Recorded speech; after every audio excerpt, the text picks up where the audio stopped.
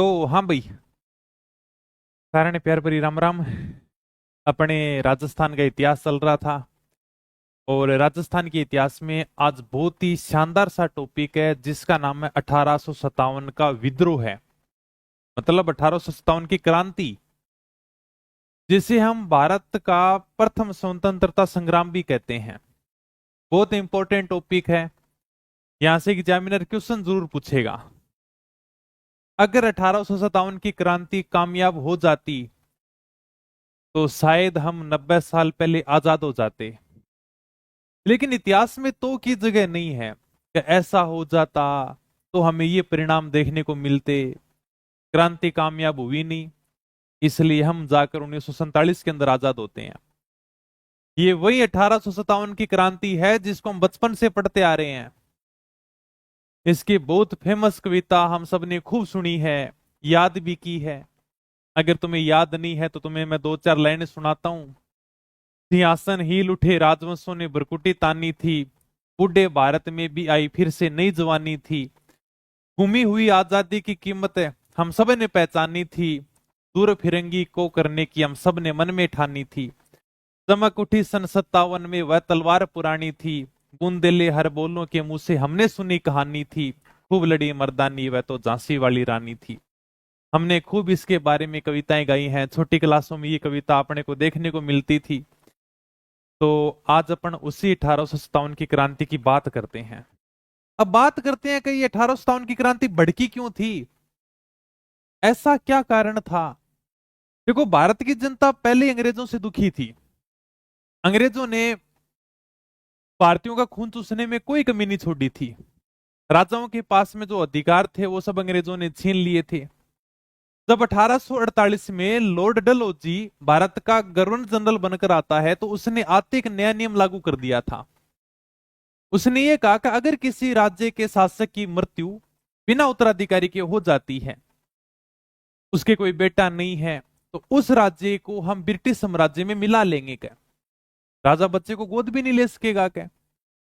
इसी के तहत डलहौजी ने 1848 में सतारा को मिला लिया था, 1839 में संबलपुर, जैतपुर, 1853 में झांसी के ऊपर भी अंग्रेजों ने अधिकार कर लिया था। बड़ी शानदार लाइनें हैं कि बुझा दीप झांसी का तब डलहौजी मन में हर्ष आया, राज्य हड़प करने का उसने ये अच्छा अवसर पाया।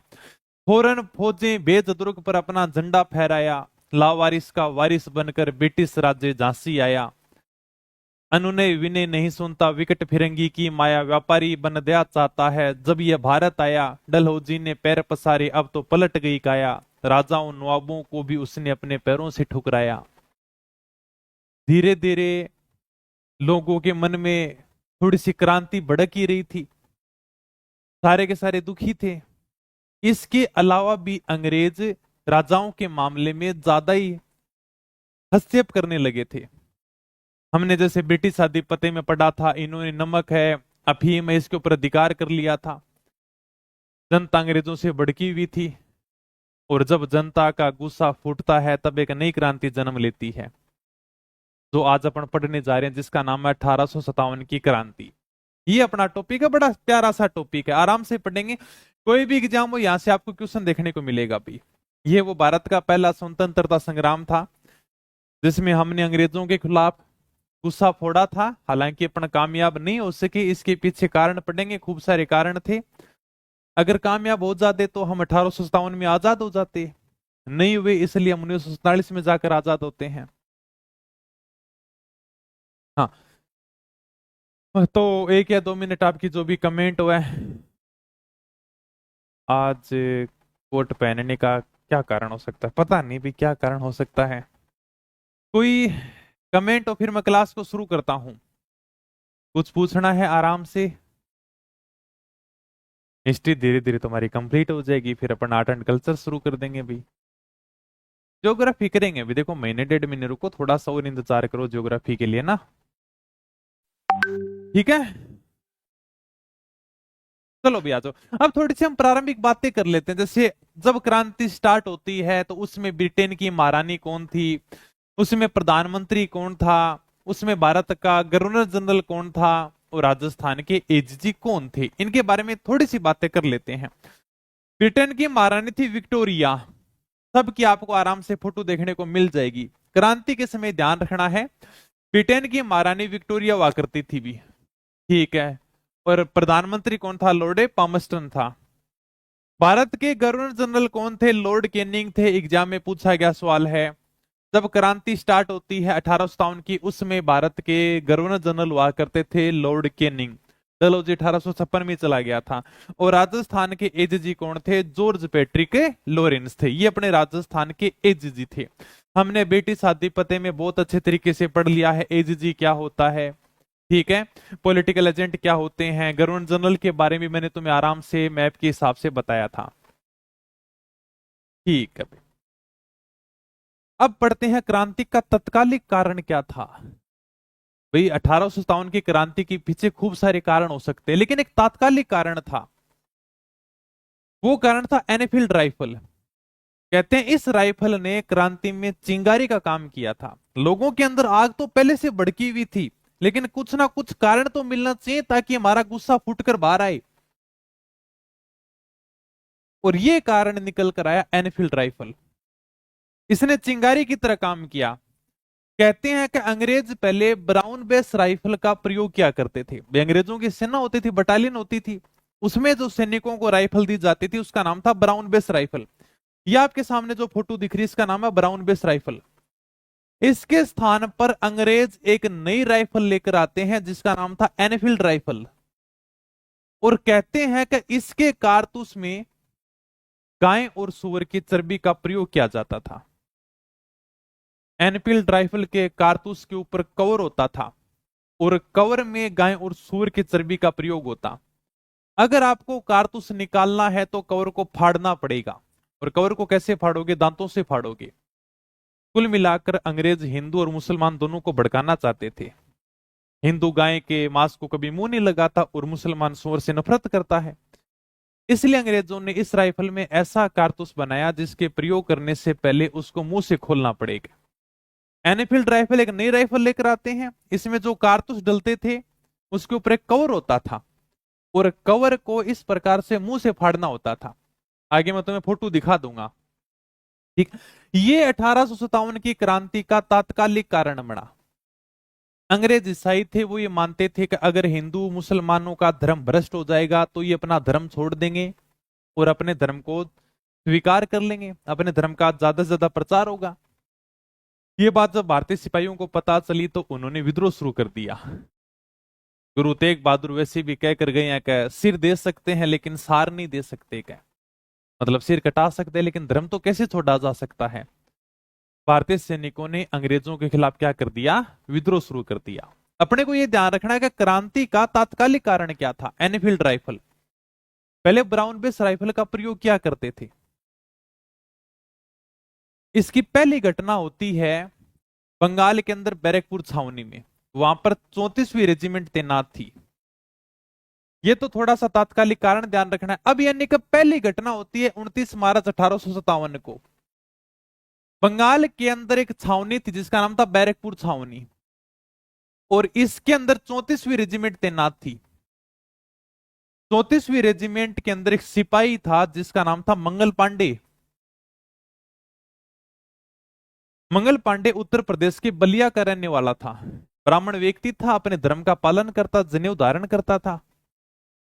अंग्रेजों ने मंगल पांडे को कहा कि देख मंगल पांडे, हम नई नई एनफील्ड राइफल लेकर आए हैं और इससे यानी कि तुम गोली चलाकर दिखाओ। क्या मंगल पांडे को पता था कि मैं जिस कारतूस का प्रयोग करूंगा उसमें गाय और सूअर की चर्बी लगी हुई है। तो मंगल पांडे ने मना कर दिया कि मैं गोली नहीं चलाऊंगा। अंग्रेजों ने दबाव डाला कि अगर गोली नहीं चलाएगा तो फौज से निकाल देंगे। क्या अब मंगल पांडे ने सोचा कि करना क्या है, मरना ही है। फिर जब इन्हें कारतूस के मुंह ही लगा लेंगे अपना तो धर्म ही भ्रष्ट हो जाएगा। तो कहते हैं मंगल पांडे ने कारतूस निकाला। वहीं पर दो अंग्रेज अधिकारी लेफ्टिनेंट बाग और जनरल हयूसन की हत्या कर दी। ये पहली घटना थी तो 29 मार्च 1857 को हुई थी। कहते हैं इस बात को अंग्रेजों ने दबाने के लिए उसी बैरकपुर छावनी में 8 अप्रैल 1857 को मंगल पांडे को फांसी दे दी। क्रांति की सूचना आम नागरिकों तक कैसे पहुंचाई? भाई कि ये पहली घटना हो चुकी है, अब यानी कि धीरे धीरे खबर आग की तरफ फैल रही थी। लेकिन आम नागरिकों तक खबर पहुंचाने के लिए पहले फोन नहीं होते थे, व्हाट्सएप नहीं होते थे। आजकल तो ये भाई फटाफट फोन करो, व्हाट्सएप पर मैसेज डालो, सबके पास में पहुंच जाता है। ब्रॉडकास्ट का ऐसा सिस्टम है। लेकिन पहले इस प्रकार का कोई सिस्टम नहीं था। कुछ अखबार चलते, अगर वो थोड़ा बहुत अंग्रेजों के खिलाफ छाप देते तो अंग्रेज उनको बंद करा देते। इसलिए भारतीयों ने क्रांति की सूचना लोगों तक पहुंचाने के लिए कमल का फूल और रोटी का इस्तेमाल किया था। कहते हैं रोटी को एक गांव से दूसरे गांव के चौकीदार तक भेजा जाता था और कमल का फूल छावनियों में भेजा जाता था। इस तरह 1857 की क्रांति का प्रतीक क्या बनता है? रोटी और कमल का फूल। ओके, ये पहली घटना थी भाई जहां पर किसी भारतीय सिपाही ने अंग्रेज अधिकारियों की हत्या कर दी थी। क्रांति की ये पहली घटना है। 29 मार्च 1857 को बैरकपुर छावनी बंगाल के अंदर, वहां पर 34वीं रेजिमेंट थी। इसका सिपाही था मंगल पांडे। इसने चर्बी लगे कारतूस के प्रयोग से मना कर दिया और अपने अधिकारी लेफ्टिनेंट बाग और जनरल लेविसन की क्या कर दी? हत्या कर दी। इसको कहा कि गोली चलाओ, आदेश दिया गया, इसने मना कर दिया। इस प्रकार से मुंह से यानी का कारतूस का जो कवर होता था उसको उतारना पड़ता था, इसने मना कर दिया। 8 अप्रैल 1857 को मंगल पांडे को क्या दे दी गई? फांसी दे दी गई। इस घटना को दबाने की कोशिश की गई। ठीक है, एक मिनट, वो चीज नहीं आई रोटी और कमल। हाँ, ये क्रांति का प्रतीक क्या है? रोटी और कमल। ये चलो आगे आ जाएगा, ये थोड़ा देख लो फिर भी। क्या क्रांति का प्रतीक क्या था? कमल का फूल और रोटी। ठीक है, इसको क्या बनाया गया था? क्रांति का प्रतीक बनाया गया था। रोटी है वो एक गांव से दूसरे गांव में भेजी जाती थी, लोगों को सूचना दी जाती थी। और कमल का फूल छावनियों में भेजा जाता था। तो कमल का फूल और जो रोटी है अंग्रेज शक भी नहीं करते थे। इसका मतलब यह था कि धीरे धीरे क्रांति की शुरुआत होने जा रही है। ये थोड़ा सा भी अपने को ध्यान रखना है, क्रांति का प्रतीक है। यहां तक कुछ पूछना है? नॉर्मल सी प्रारंभिक बातें की है मैंने। हाँ, रिजल्ट आ जाएगा रे, तुम पढ़ाई तो कर लो। तुम्हें पता नहीं क्या तुम पास होगी नहीं हो।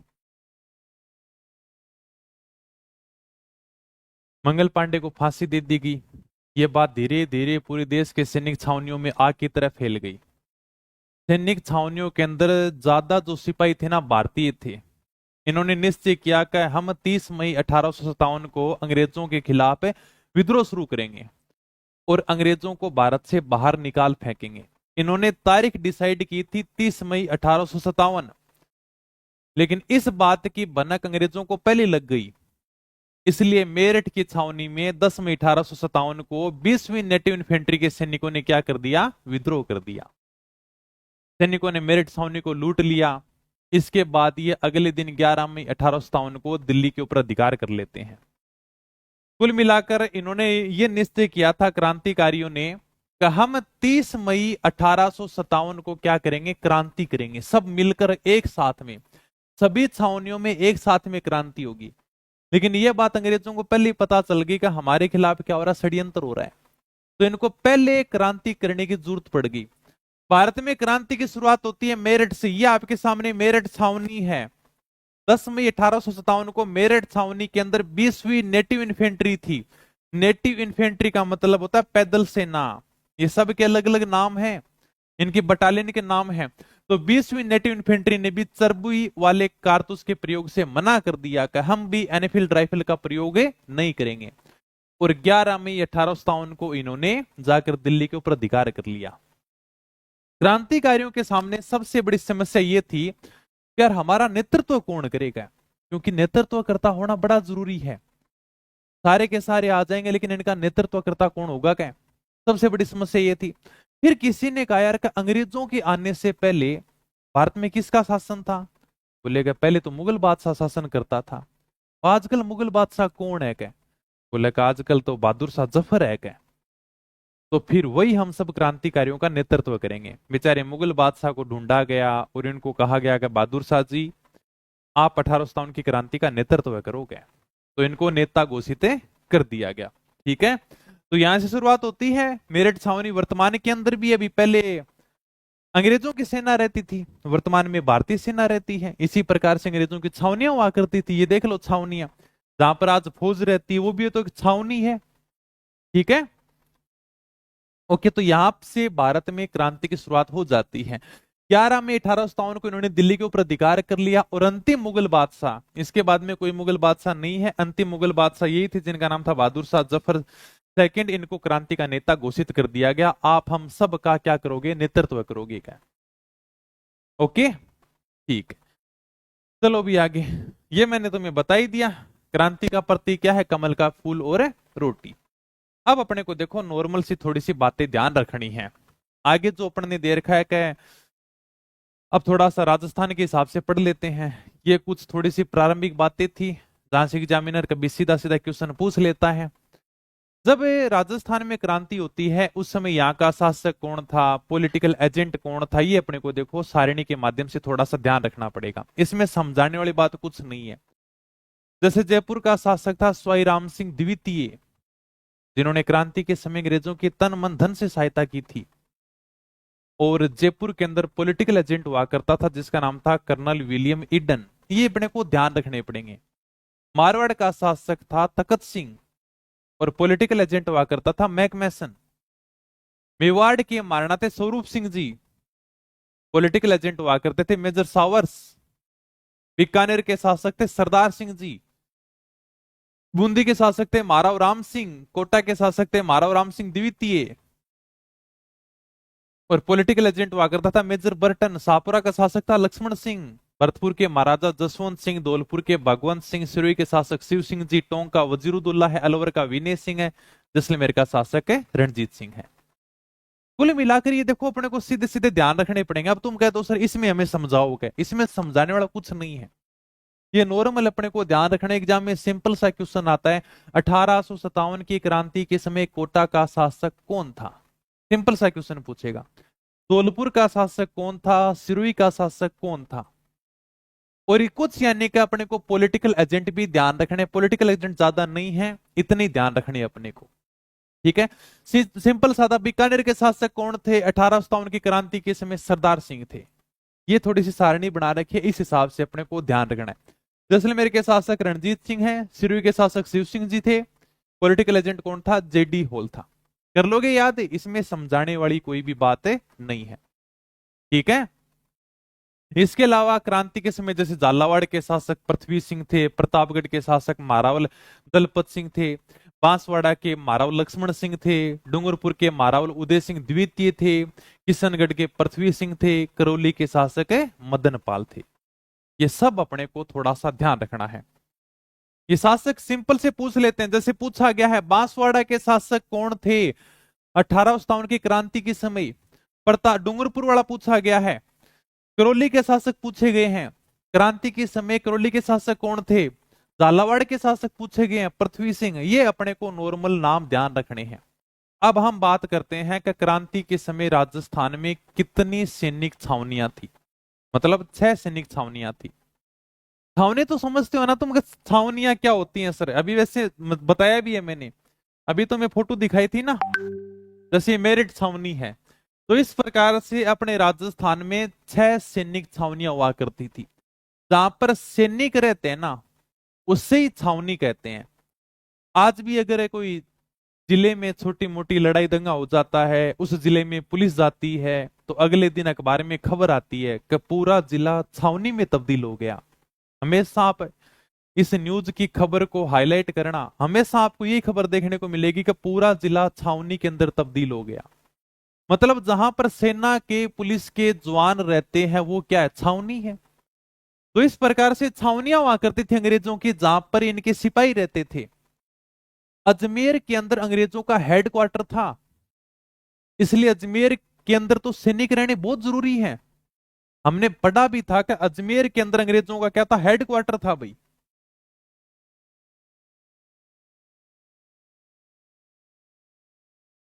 अजमेर में हेडक्वार्टर था, तो यहां पर तो सिपाही रखने बहुत जरूरी है। इसलिए अंग्रेजों ने पहली छावनी अजमेर के पास नसीराबाद में बनाई थी। फौज में आज भी रेजिडेंट होती है, जैसे जाट रेजिमेंट है, राजपूत रेजिडेंट है, गोरखा रेजिडेंट है, मैकेनाइज है, आर्मड है, सिख है, मराठा रेजिमेंट है, खूब सारी रेजिडेंट आज भी होती हैं। उसी प्रकार से अंग्रेज पहले रेजिडेंट रखा करते थे, इनके सबके अलग अलग नाम है। तो नसीराबाद के अंदर कहते हैं 15वीं बंगाल नेटिव इन्फेंट्री के सैनिक रहते थे। ये अपने को थोड़ा सा ध्यान रखना है। ये सारणी बना रखी पूरी की पूरी। क्रांति के समय राजस्थान में 6 सैनिक छावनियां थी। पहले तो क्या होता है, सिंपल सैनिक छावनी अपना रट लेते थे और काम चल जाता था। लेकिन अपने को यह भी ध्यान रखना कि यहाँ पर कौन सी रेजिमेंट हुआ करती थी, यानी कि यहाँ पर कौन सी फौज ठीक है, इनका मुख्यालय कहां पर था, ये सारे के सारे अपने को ध्यान रखने हैं। पहली छावनी लिख रही मैंने नसीराबाद, इसका मुख्यालय अजमेर में था। यहां पर 15वीं बंगाल नेटिव इन्फेंट्री के सैनिक तैनात थे। दूसरी छावनी नीमच छावनी। नीमच आज मध्य प्रदेश में है, लेकिन जिस समय छावनी बनाई गई थी तब कहते हैं नीमच राजस्थान का ही भाग हुआ करता था, मेवाड़ के एकदम पास में ही था। और नीमच का सारा जो कंट्रोल है वो मेवाड़ से हुआ करता था। ठीक है, इसलिए नीमच छावनी आज राजस्थान में नहीं है, आज ये राजस्थान से बाहर है। यहां पर बंगाल सैनिक ब्रिगेड के सिपाही तैनात थे भाई। तो 2 नंबर नीमच छावनी है, इसका मुख्यालय ग्वालियर के अंदर था, बंगाल सैनिक ब्रिगेड के सिपाही इसमें तैनात थे। हालांकि पॉलिटिकल एजेंट मेवाड़ के जो मेजर सावर्स हैं वो सारे के सारे इनको कंट्रोल करते थे। और वैसे पढ़ते भी हैं इतिहास के अंदर, यानी कि कई बार मेवाड़ वाले मालवा के ऊपर अधिकार कर लेते थे। नॉर्मल सी बात है, नीमच एकदम पास में ही है, आगे जैसे मैं तुम्हें दिखाऊंगा मैप के अंदर। तीसरी छावनी है एरिनपुरा छावनी, इसका मुख्यालय पाली के अंदर था। अंग्रेजों ने जोधपुर के राजा के लिए सेना बनाई थी जिसका नाम था जोधपुर लीजियन, और ये सेना जहां पर रहती थी ना, उस छावनी का नाम था एरिनपुरा छावनी। ठीक है, तो जोधपुर के राजा की रक्षा के लिए जोधपुर लीजियन का निर्माण किया गया था। ये कहां पर रहती थी, एरिनपुरा छावनी, जिसका मुख्यालय पाली में था। अगली है देवली छावनी, टोंक में, इसके अंदर कोटा कंटिजेंट के सैनिक रहते थे। आगे ब्यावर और खैरवाड़ा।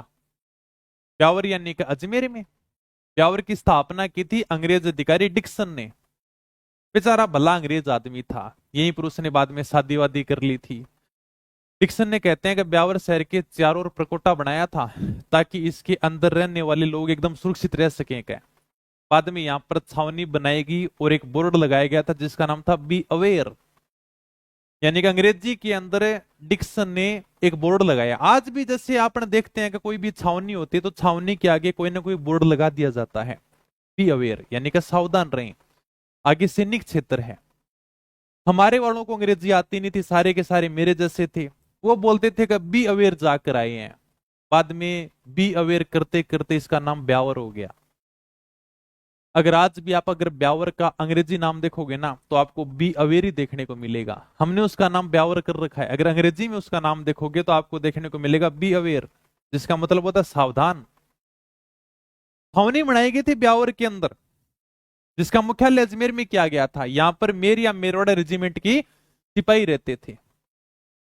बोर्ड लगा दिया गया छावनी के आगे बी अवेयर, यानी कि सावधान रहें, आगे सैनिक क्षेत्र है। हमारा कोई भी आदमी वहां से गुजरता का कहां जाकर आए हो गए, मैं तो बी अवेयर जाकर आया हूं क्या। अब बी अवेयर अवेयर करते करते बाद में हमने उसको ब्यावर कर दिया, और ब्यावर की स्पेलिंग आज भी बी अवेयर ही है। ठीक है, ओके भी। अगली छावनी है खैरवाड़ा। खैरवाड़ा का मुख्यालय उदयपुर में था। यहाँ पर मेवाड़ भीलकोर के सैनिक रहते थे, एमबीसी के सैनिक रहते थे। खैरवाड़ा राजस्थान पुलिस का आज भी ट्रेनिंग सेंटर है, जहां पर पुलिस जवानों की ट्रेनिंग होती है। अगर तुम राजस्थान पुलिस में लग गए तो तुम्हें कभी मौका भी मिल सकता है खैरवाड़ा में ट्रेनिंग करने का। मेरी खुद की ट्रेनिंग खैरवाड़ा के अंदर ही हुई थी। तो ये वो 6 छावनियां हैं जहां पर अंग्रेजों की सेना रहा करती थी। 1857 की क्रांति के विद्रोह में केवल 4 छावनियों ने भाग लिया था, मतलब 4 छावनी के सैनिक ही अंग्रेजों के खिलाफ विद्रोह करते हैं। 2 छावनी खैरवाड़ा और ब्यावर अंग्रेजों के खिलाफ कोई विद्रोह नहीं करते हैं। ठीक है, यानी कि लास्ट वाली दोनों छावनियों ने अंग्रेजों के खिलाफ कोई विद्रोह नहीं किया था। अंग्रेजों के खिलाफ जो विद्रोह होता है नसीराबाद, नीमच, एरिनपुरा और देवली, इन 4 छावनियों के अंदर अंग्रेजों के खिलाफ विद्रोह होता है। अब अपन एक एक छावनी की आराम से बात करते हैं। सबसे पहले अपन नसीराबाद छावनी की बात करते हैं, जहां से राजस्थान में क्रांति की शुरुआत होती है। चलो आगे। ठीक है, आगे मैंने नोट लगाकर लिख रखा है, खैरवाड़ा ब्यावर छावनी ने विद्रोह के अंदर भाग नहीं लिया था। दोनों छावनियों ने विद्रोह में कोई भाग नहीं लिया। यानी कि 6 छावनियों में 2 छावनियों के अंदर कोई भी विद्रोह नहीं होता है। राजस्थान में जो क्रांति की शुरुआत होती है वो होती है 28 मई 1857 को। कहां से? नसीराबाद की छावनी से। यहां से राजस्थान में क्रांति की शुरुआत होती है। आज भी है नसीराबाद की छावनी। ये देख लो, 1818 नसीराबाद छावनी आर्मी एरिया है जहां पर भारतीय सेना रहती है, फौज रहती है। हाँ, करूं मैं शुरुआत है। तो भारत में क्रांति की शुरुआत होगी 10 मई 1857 को। अपने राजस्थान में एजीजी के पास में खबर आती है 19 मई को, यानी कि 10 मई को भारत में मेरठ की छावनी से क्रांति की शुरुआत हो जाती है। धीरे धीरे एजीजी के पास में खबर आती है 19 मई को, कभी मेरठ से क्रांति की शुरुआत हो चुकी है क्या। सैनिकों ने विद्रोह कर दिया। उस समय अपना एजीजी था जॉर्ज पैट्रिक लॉरेंस से, जो गर्मियां की छुट्टियां बना रहा था माउंट आबू में। मैंने बताया था ब्रिटिश आधिपत्य में कहे अंग्रेज 6 महीने माउंट आबू रहते, 6 महीने अजमेर में रहते। तो मई के महीने में गर्मियां पड़ रही थी, एजीजी बेचारा आराम से गर्मी की छुट्टियां मना रहा था माउंट आबू में। भागा भागा अजमेर में आया। राजपुताने के सभी राजाओं को संदेश भेजा कि देखो क्रांति शुरू हो गई है, अगर आपकी रियासत में कोई विद्रोह करता है तो उसको दबाया जाए और हमारी मदद की जाए क्या, क्योंकि हमने आपके साथ में सहायक संधि की है। आप हमारी मदद करोगे, हम आपकी मदद करेंगे क्या। तो अब हमारे ऊपर संकट आ गया। अब यानी कि राजपुताने के राजा हमारी क्या करेंगे, मदद करेंगे क्या। अपने वाले राजाओं ने अंग्रेजों को जवाब भेजा कि बिल्कुल हम आपकी मदद करेंगे। अपनी तो दोस्ती लंदन के साथ में है, दोस्ती लंदन, सिक्कों के ऊपर नाम मिलता दोस्ती लंदन। तो अपने तो दोस्ती जब लंदन के साथ में है तो मदद तो करनी है। शुरुआत यहां से इसलिए होती है कि अजमेर में अंग्रेजों की एक बटालियन थोड़े दिन पहले ही मेरठ से आई थी, जिसका नाम था 15वीं बंगाल नेटिव इन्फेंट्री। अभी मैं तुम्हें आगे दिखा देता हूं। बंगाल नेटिव इन्फेंट्री यानी कि मेरठ से एक छावनी थोड़े दिन पहले ही अजमेर आती है और उसका नाम था 15वीं बंगाल नेटिव इन्फेंट्री। ये बंगाल नेटिव इन्फेंट्री है भाई, पैदल सेना, जिसके अंदर भारतीय सिपाही भर्ती होते थे। इन्फेंट्री का मतलब मैंने पहले ही बताया था, पैदल सेना, यानी कि इस प्रकार से पैदल चलते थे, पैदल सेना होता था। ये थोड़े दिन पहले आई थी, अंग्रेज इसमें बहुत कम थे। अंग्रेजों को लगा यार कि ये जो छावनी है ना मेरठ से आई है, मेरठ से सैनिकों की टुकड़ी आई है, मतलब ये अजमेर में विरोध कर सकती है। और अगर इन्होंने अजमेर में विरोध कर दिया तो अजमेर को तो 2 मिनट में साफ कर देंगे क्या, क्योंकि हमारा तो जो मुख्य केंद्र वो अजमेर ही है। अंग्रेजों ने एक आदेश निकाला और कहा कि जो 15वीं बंगाल बटालियन है ना, इसको नसीराबाद भेज दो, क्या अजमेर मत रखो, इसको नसीराबाद भेज दो। और अजमेर की रक्षा के लिए प्यावर वाली मेरवाड़ा बटालियन बुला लो क्या। ये आपके सामने रही।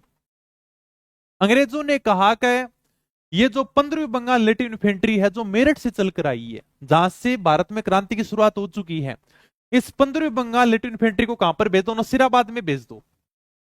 और ब्यावर वाले जो मेरवाड़ा बटालियन है ना, इसको कहां पर बुला लो, अजमेर में बुला लो, ताकि अपनी रक्षा हो जाएगी क्या। अब ये बेचारे जो 15वीं रेजिमेंट के सिपाही थे ना, 4-5 दिन पहले अजमेर आए थे, अपने बोरिए बिस्तर उठा के 4-5 दिन पहले अजमेर में पहुंचे थे। इनके लिए आदेश निकाला गया आपको नसीराबाद जाना है।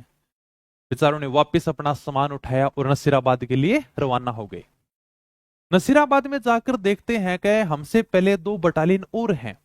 एक तो थी 30वीं बंगाल नेटिव इन्फेंट्री और एक थी बंबई लासर्स, यानी कि बंबई लासर्स के सैनिक थे, जो तोपखाने की सैनिक टुकड़ी थी वो भी यहां पर विद्यमान थी, और 15वीं बंगाल नेटिव इन्फेंट्री भी पहुंच जाती है। यानी कि जब 15वीं बंगाल नेटिव इन्फेंट्री नसीराबाद पहुंचती है तो वहां पर जाकर देखते हैं हमसे पहले 30वीं बंगाल नेटिव इन्फेंट्री भी है, भारतीय तोपखाने की सैनिक टुकड़ी भी है जो तोपखाने को संभालती है, और बंबई लासर्स के सैनिक भी विद्यमान है, हमसे पहले हैं क्या। जैसे ही 15वीं बंगाल नेटिव इन्फेंट्री के सैनिक नसीराबाद में पहुंचे तो इनके लिए कहा गया कि आपके पास में जो हथियार है ना वो जमा करा दोगे।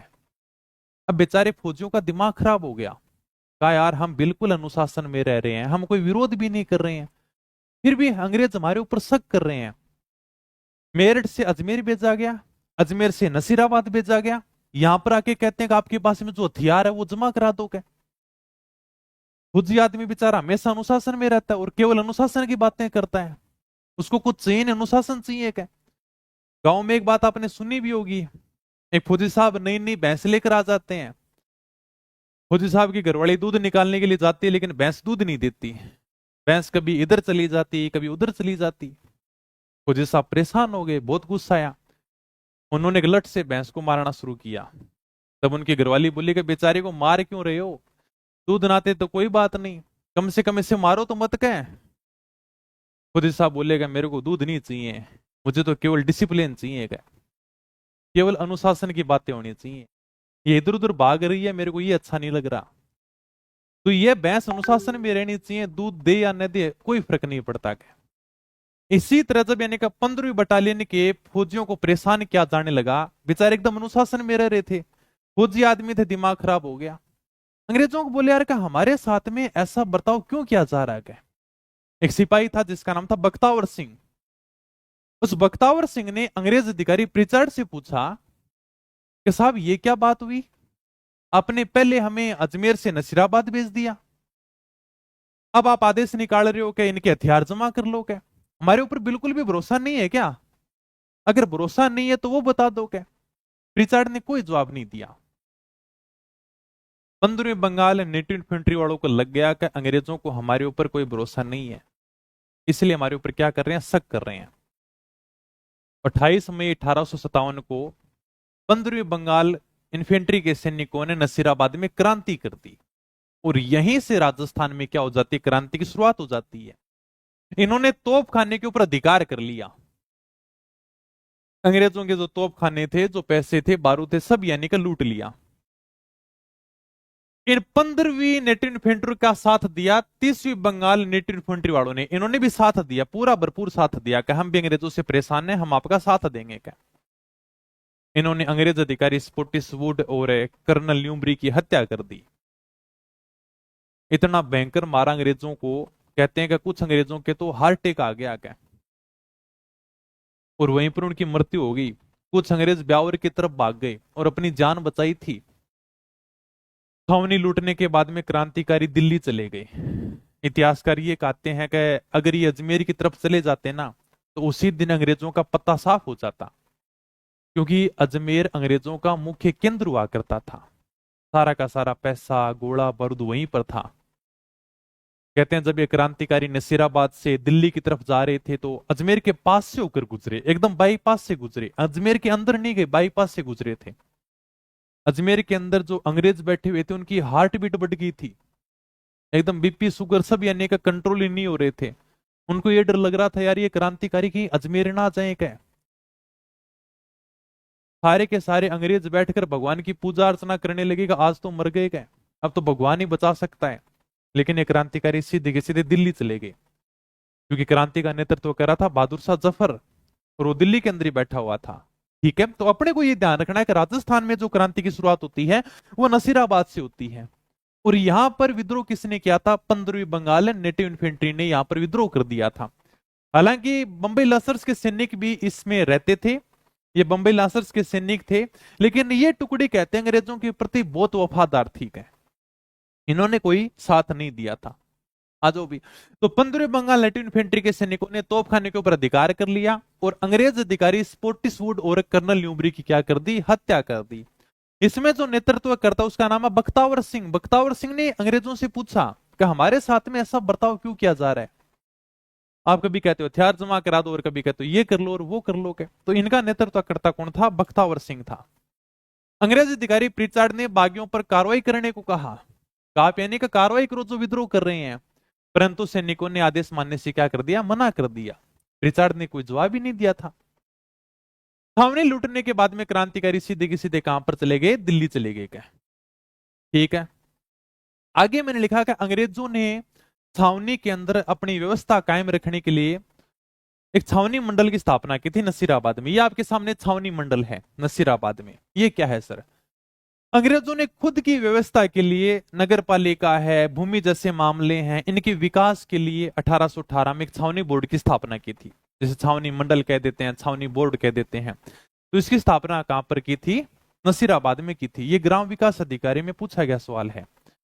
अंग्रेजों ने अपनी व्यवस्था कायम रखने के लिए छावनी बोर्ड या छावनी मंडल की स्थापना कहां पर की थी? नसीराबाद में की थी। ठीक है, तो पहली छावनी अपनी हो जाती है कंप्लीट। अब चलते हैं अगली छावनी की तरफ, जिसका नाम है नीमच छावनी। इंडियन पॉलिटी करेंगे भाई, दो एक टॉपिक और करवा देते हैं। हाईकोर्ट अपना कंप्लीट हो चुका है, अब जिला प्रशासन करवा देते हैं और एक दो टॉपिक और करवा देते, फिर इंडियन पॉलिटी शुरू करेंगे। समझ में आ रहा है कि तुम्हारे?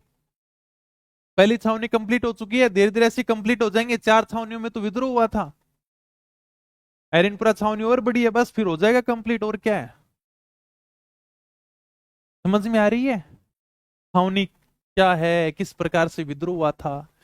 दूसरी छावनी है नीमच छावनी, जहां पर विद्रोह था 3 जून 1857 को। कैसे भी याद कर लेना, नीमच में 3 अक्षर हैं, 3 जून 1857 को क्रांति की शुरुआत हो जाती है। मैंने शुरुआत में बताया था कि नीमच छावनी मध्य प्रदेश में थी, लेकिन इसका जो नियंत्रण था ना, वो मेवाड़ के पॉलिटिकल एजेंट मेजर सावर्स के पास में था। सारी की सारी छावनी कंट्रोल कहां से होती थी? मेवाड़ से कंट्रोल होती थी। ये आपका देख लो मैप, उदयपुर है, प्रतापगढ़ है, चित्तौड़गढ़ है, यहां पर आपका नीमच है, एकदम यहां पर नीमच। यहां पर नीमच में सैनिक छावनी हुआ करती थी। पूरा का पूरा कंट्रोल कहां से होता था? मेवाड़ से होता था। नसीराबाद के विद्रोह की सूचना नीमच छावनी में पहुंची। कभी नसीराबाद के अंदर भी विद्रोह शुरू हो चुका है क्या? वहां पर छावनी को लूट लिया गया है, तोपखाने के ऊपर अधिकार कर लिया गया है। यह सूचना पहुंच गई नीमच छावनी में 2 जून को। तो 2 जून को सुबह सुबह परेड हो रही थी। परेड का दृश्य था, फौजियों को सुबह सुबह परेड कराई जा रही थी। तो नीमच के अंदर एक अंग्रेज अधिकारी था जिसका नाम था कर्नल एबोट। उसने परेड को बीच में रुका कर कहा, रुको रुको क्या। उसके अंदर हिंदू सिपाही भी थे, मुसलमान सिपाही भी थे। उनको गंगा और कुरान की शपथ दिलाई गई। शपथ में यह कहा गया कि आप लोग अंग्रेजों के प्रति वफादार रहोगे क्या, और हमारे खिलाफ कोई भी विद्रोह नहीं करोगे क्या। मतलब जिसकी खाओ बाजरी उसके लगाओ हाजरी। लेकिन 2 फौजियों ने यह शपथ लेने से मना कर दिया, जिनका नाम था मोहम्मद अली बैग और हीरा सिंह। मोहम्मद अली बैग ने कहा, यार तुम अंग्रेजों ने हम भारतीयों के प्रति वफादारी नहीं निभाई, तो हम तुम्हारे खिलाफ वफादारी क्यों निभाएं क्या। तुमने कहा था कि हम राजा महाराजाओं के दोस्त बनकर रहेंगे क्या, इनकी रियासतों का विलय नहीं करेंगे। लेकिन तुम्हारा डलहौजी हमारी अवध झांसी का विलय करके चला गया, उनको हड़प कर चला गया। तुम कुशासन का आरोप लगाकर हमारे साथ में धोखा कर सकते हो। जब तुम लोग शपथ तोड़ सकते हो तो हम तुम्हारी शपथ का पालन क्यों करें? हम तुम्हारी शपथ नहीं तोड़ सकते क्या? एबोट को पता चल गया कि विद्रोह तो होगा, और 3 जून 1857 को नीमच के अंदर भी सैनिकों ने क्या कर दी? क्रांति कर दी। यहां पर बेचारे जो अंग्रेज परिवार रहा करते थे ना, क्योंकि भाई अंग्रेज रहते थे बढ़िया मौज मस्ती के साथ में, अपने परिवार भी रखते थे। अंग्रेज किसी को अच्छे नहीं लगे, लेकिन अंग्रेजनी सबको अच्छी लगती हैं। तो अंग्रेज परिवार रहते थे बेचारे। विद्रोह हो गया तो अपनी जान बचाकर ये सारे के सारे चित्तौड़गढ़ की तरफ भागे, क्योंकि अभी मैंने तुम्हें मैप के अंदर दिखाया था। ये देखो यहाँ पर नीमच है, जब यानी कि यहाँ पर विद्रोह शुरू होगा तो कहां पर भागेंगे? चित्तौड़गढ़ की तरफ भागेंगे अपनी जान बचाने के लिए। तो डूंगला गांव था जहां के रुगाराम जाट थे, इन्होंने अंग्रेजों को शरण दी। 40 एक परिवार भागे थे, इन्होंने शरण दी थी। बाद में महाराणा स्वरूप सिंह को पता चला कि अंग्रेज परिवार शरण के लिए भाग रहे हैं, तो महाराणा स्वरूप सिंह ने इन अंग्रेज परिवारों को पिछोला झील के जग मंदिर में शरण दी। आप आराम से यहां पर हो, यहां पर क्रांतिकारी नहीं पूछेंगे क्या। तो महाराणा स्वरूप सिंह ने क्या की थी? क्रांतिकारियों की मदद नहीं की थी, अंग्रेजों की मदद की थी। और अंग्रेज परिवारों को कहां पर रखाया था? पिछोला झील के जग मंदिर में रखाया था। कहते हैं कि क्रांतिकारी नीमच लूट लेते हैं, उसके बाद में शाहपुरा पहुंचते हैं। शाहपुरा का शासक था लक्ष्मण सिंह, इसने क्रांतिकारियों का बहुत ही बढ़िया तरीके से स्वागत किया। इनके लिए भोजन की व्यवस्था की थी, क्रांतिकारियों के लिए रुकने का प्रबंध किया था, कहा तुम्हें जितना पैसा चाहिए उतना लेकर चले जाओ, तुमने बहुत ही शानदार काम किया है। क्या अंग्रेजों की बढ़िया पिटाई की है। शाहपुरा से क्रांतिकारी निम्बा हेड़ा पहुंच जाते हैं, जहां पर जनता ने क्रांतिकारियों का दिल खोलकर स्वागत किया था, इनके ऊपर पुष्प वर्षा की थी। बाद में ये क्रांतिकारी देवली टोंक होते हुए सीधे के सीधे दिल्ली में चले जाते हैं। कहते हैं कि नीमच वाले क्रांतिकारी दिल्ली में गए थे तो बीच में आगरा भी आया था, तो आगरा जेल में जो कैदी बंद थे उनको आजाद कर दिया और सरकारी खजाने को इन्होंने लूट लिया था। ओके, तो नीमच के अंदर भी क्रांति कब होती है? 3 जून 1857 को। छावनी मध्य प्रदेश में थी, लेकिन इसका नियंत्रण मेवाड़ के पॉलिटिकल एजेंट के पास में था। सिंपल सा क्वेश्चन कई बार बन जाता है कि कौन सी छावनी राजस्थान में नहीं है, तो नीमच छावनी वर्तमान में राजस्थान के अंदर नहीं है। हालांकि सारा का सारा कंट्रोल मेवाड़ का जो पॉलिटिकल एजेंट होता था वही करता था इसको। अंग्रेज अधिकारी एबोट बोला, सुबह सुबह परेड करा रहा था, 2 जून 1857 की बात, इसके पास में सूचना पहुंच गई। पहले ये तो था नहीं कि भाई जस्ट अगले दिन ही सूचना पहुंच गई, दूरी होती थी, थोड़ा कोई लेटर होता वो आराम से पहुंचता, घोड़े के माध्यम से सूचना दी जाती, ठीक है, उसके ऊपर कोई घुड़सवार जाता और फिर बाद में सूचना पहुंचाता, धीरे धीरे सूचना पहुंचती थी। तो 2 जून 1857 को इन्होंने हिंदू और मुसलमान सिपाहियों को गंगा और कुरान की शपथ दिलाई कि आप लोग हमारे प्रति वफादार रहोगे क्या। तो दो व्यक्ति थे जिनका नाम था मोहम्मद अली बेग और हीरा सिंह। मोहम्मद अली बेग ने कह दिया, अच्छा कि हम तुम्हारे प्रति वफादार रहे, और तुम कितने वफादार थे हमारे प्रति? मोहम्मद अली बेग ने कहा, अंग्रेजों ने अपनी शपथ भंग की है, उन्होंने अपनी शपथ तोड़ दी, तो हम अपनी शपथ का पालन क्यों करें? क्या जब तुमने अवध के ऊपर अधिकार कर लिया, अवध को हथिया लिया, तो हम भारतीय अपनी शपथ का पालन क्यों करेंगे? हम भी अपने शपथ का पालन नहीं करेंगे। इसलिए 3 जून 1857 को नीमच में विद्रोह हो जाता है। यहाँ पर 40 अंग्रेज परिवार रहते थे अपने बीवी बच्चों के साथ में, ये भागे डुंगला चित्तौड़गढ़ की तरफ।